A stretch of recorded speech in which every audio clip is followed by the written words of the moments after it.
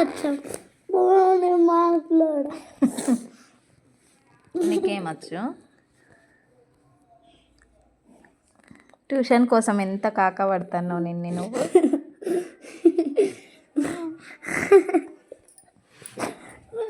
ఒక్కరోజు మాకు అసలు రెస్ట్ వద్దా? ఘోరం. నువ్వు ఎప్పుడు రెస్ట్ తీసుకోకుండా ఉన్నావు? ఎప్పుడా? రోజు. అవునా? ఈరోజు మార్నింగ్ నుండి ఖాళీగానే ఉన్నావు కదా. ట్యూషన్ పోవాలి, స్కూల్కి పోవాలి, స్కూల్కి పోవాలి, ట్యూషన్. అసలు మాకు రెస్టే ఇయ్యరా? ట్యూషన్ నుంచి వెళ్ళొచ్చినాకనేమో తినమంటారు, తిన్నాకనేమో పండుమంటారు. అవునా?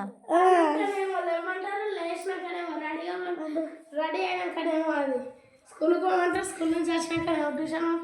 మళ్ళీ అదే జరుగుతుంది మండే నుంచి సాటర్డే వరకు. సండే ఆడుకుందామంటే ఇది చేయి అది చేయి, ఇప్పుడు అప్పుడు లేకుంటే కంప్లీట్ వర్క్ కంప్లీట్ చేసుకో, వర్క్ చేసుకో. సండే కూడా రెస్ట్ దొరుకుతుంది. లాస్ట్కి నైట్ ఆడుకుందామంటే మమ్మీ వెళ్తుంది, అన్నం తినమంటుంది, వండుకోమంటుంది. ప్లస్ ఇంకా చదువుకోమంటుంది, ఇల్లు ఉడమంటుంది, ఇంట్లో రాసుకోమంటుంది, ప్రాక్టీస్ చేసుకో, ఇంట్లో ఉన్న పనులు చేసుకోమంటుంది.